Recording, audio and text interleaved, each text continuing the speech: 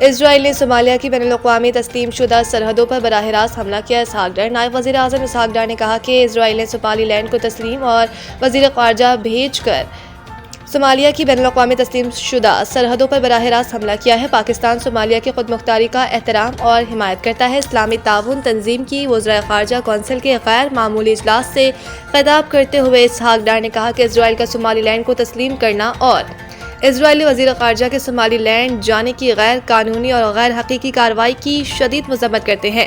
اسحاق ڈار نے کہا کہ اسرائیل کے وزیر خارجہ کے صومالی لینڈ کے دورے کی مذمت کرتے ہیں۔ پاکستان صومالیہ کی خود مختاری، وحدت اور علاقائی سالمیت کی مکمل حمایت کرتا ہے۔ اسرائیلی وزیر خارجہ کا صومالی لینڈ کا دورہ انتہائی تشویشناک ہے۔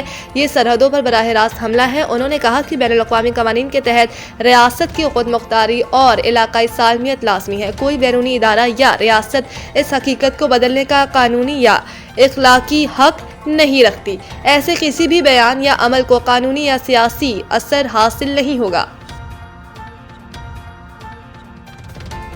ٹرمپ نے گرین لینڈ پر خفیہ حملے کی تیاری کا حکم دے دیا۔ برطانوی میڈیا نے ایک ایسا دھماکہ خیز دعویٰ کر دیا ہے جس نے عالمی سیاست میں ہلچل مچا دی ہے۔ رپورٹس کے مطابق امریکی صدر ڈونلڈ ٹرمپ نے امریکی فوج کے سب سے elite unit joint special operations command کو گرین لینڈ پر ممکنہ فوجی کارروائی اور قبضے کا خفیہ منصوبہ تیار کرنے کی ہدایت دے دی ہے۔ برطانوی اخبار نے اپنی رپورٹ میں باخبر ذرائع کے حوالے سے دعویٰ کیا ہے کہ ٹرمپ انتظامیہ کے سخت گیر حلقے جن کی قیادت سٹیفن ملر کر رہے ہیں حالیہ خفیہ آپریشنز کی کامیابی کے بعد اس قدر پرجوش ہیں کہ اب آرکٹک اس اسٹریٹجک جزیرے کو بھی طاقت کے ذریعے امریکی اثر و رسوخ میں لانے کا خواب دیکھ رہے ہیں۔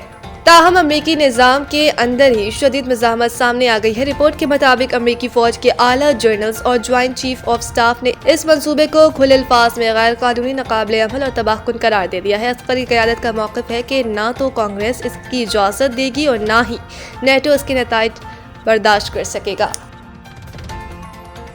سہیل افریدی کی پنجاب اسمبلی آمد پر ہنگامہ آرائی کی تحقیقات کا باقاعدہ آغاز۔ اسمبلی ذرائع کے مطابق آئی جی پنجاب نے ہنگامہ آرائی کی رپورٹ پر مزید کارروائی کے لیے کاپی محکمہ داخلہ پنجاب کو بھی ارسال کر دی۔ رپورٹ کی روشنی میں مزید اداروں سے بھی شواہد اکٹھے کیے جائیں گے۔ آئی جی آفس نے رپورٹ پر کارروائی کے حوالے سے پنجاب اسمبلی سیکریٹریٹ کو آگاہ کر دیا۔ اس سے قبل اسپیکر پنجاب اسمبلی ملک احمد خان کی جانب سے بنائی گئی تحقیقات کمیٹی کی رپورٹ آئی جی پنجاب کو ارسال کر دی گئی تھی۔ آئی جی پنجاب کو ارسال کی گئی رپورٹ میں ویڈیو شواہد بھی موجود تھے۔ اسمبلی ذرائع کے مطابق آئی جی پنجاب کو ارسال کی گئی رپورٹ میں قانونی کارروائی کی استدعا بھی کی گئی۔ رپورٹ میں معاملے کی تفتیش میں قانون نافذ کرنے والے اداروں کی مدد لینے کی تجویز دی گئی تھی۔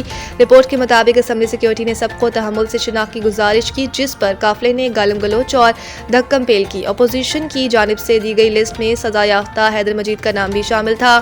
رپورٹ میں بتایا گیا کہ اسمبلی سیکریٹریٹ نے موقع پر موجود اسمبلی سیکیورٹی کے بیانات بھی قلم بند کیے۔ پاکستان شدید سردی کی لپیٹ میں حنزہ میں درجہ حرارت -20 تک پہنچ گیا۔ کراچی سمیت ملک بھر میں شدید سردی کی لہر جاری ہے۔ پنجاب کی بات کی جائے تو پنجاب میں سردی اپنے عروج پر ہے، جبکہ 10 سے 16 جنوری کے دوران پنجاب میں شدید سردی، دھند، برف باری کا الرٹ جاری ہو گیا ہے۔ دوسری جانب حنزہ میں درجہ حرارت -20 تک ریکارڈ کیا گیا ہے جو انتہائی شدید سردی کی نشاندہی کرتا ہے۔ کوئٹہ میں بھی -1 کے قریب درجہ حرارت ریکارڈ ہوا۔ اسی طرح اسلام آباد، لاہور، پشاور جیسے شہروں میں بھی درجہ حرارت 4 سے 1 ڈگری ریکارڈ کیا گیا۔ کراچی جیسے ساحلی شہر میں بھی ٹھنڈی ہوائیں چلنے سے درجہ حرارت سنگل ڈیجٹ تک گر گیا ہے جو کہ تقریباً 7 سے 9 ہے۔ پنجاب، کے پی کے اور دیگر علاقوں میں صبح کے وقت گہری دھند کے باعث غیر ضروری سفر سے گریز کرنے کا کہا گیا ہے، جبکہ ٹریفک بھی متاثر ہے۔ پی سی بی نے ملتان سلطانز کو بھی فوری فروغ کرنے کا فیصلہ کر لیا۔ ذرائع کے مطابق 2 نئی ٹیموں کی کامیاب بولی کے بعد اب ملتان سلطانز کے آکشن کے لیے بھی پی سی بی حکام اشتہار کا پیپر ورک تیار کر کے جلد باقاعدہ اشتہار جاری کرنے جا رہے ہیں۔ پی سی بی کو ملتان سلطانز کی فروغ سے ایک بڑی رقم ملنے کی امید ہے۔ اس سے قبل پی سی بی نے ملتان سلطانز کو موجودہ سیزن میں 1 سال کے لیے خود چلانے کا اعلان کیا تھا۔ پی ایس ایل میں 2 فرنچائز کی ریکارڈ فروخت اور غیر ملکی سرمایہ کاروں کی دلچسپی کے بعد ملتان سلطانز کی آکشنز پر بھی اتفاق کیا گیا۔ اسلام آباد نے حیدرآباد اور سیالکوٹ ٹیموں کی بولی کی طرح اب چند روز میں پیپرا رولز پر عمل کرتے ہوئے ملتان سلطانز کو بھی اوپن بولی کے ذریعے فروغ کیا جائے گا۔ ملتان سلطانز کے پرانے مالک علی ترین بھی اشتہار کی شرائط پر پورا اترنے کے بعد اوپن بولی میں حصہ لے کر ملتان سلطانز کے نئے مالک بن سکتے ہیں۔ پی ایس ایل سیزن 11 میں ملتان سلطانز بھی نئے مالک کے ساتھ ایکشن میں ہوں گے۔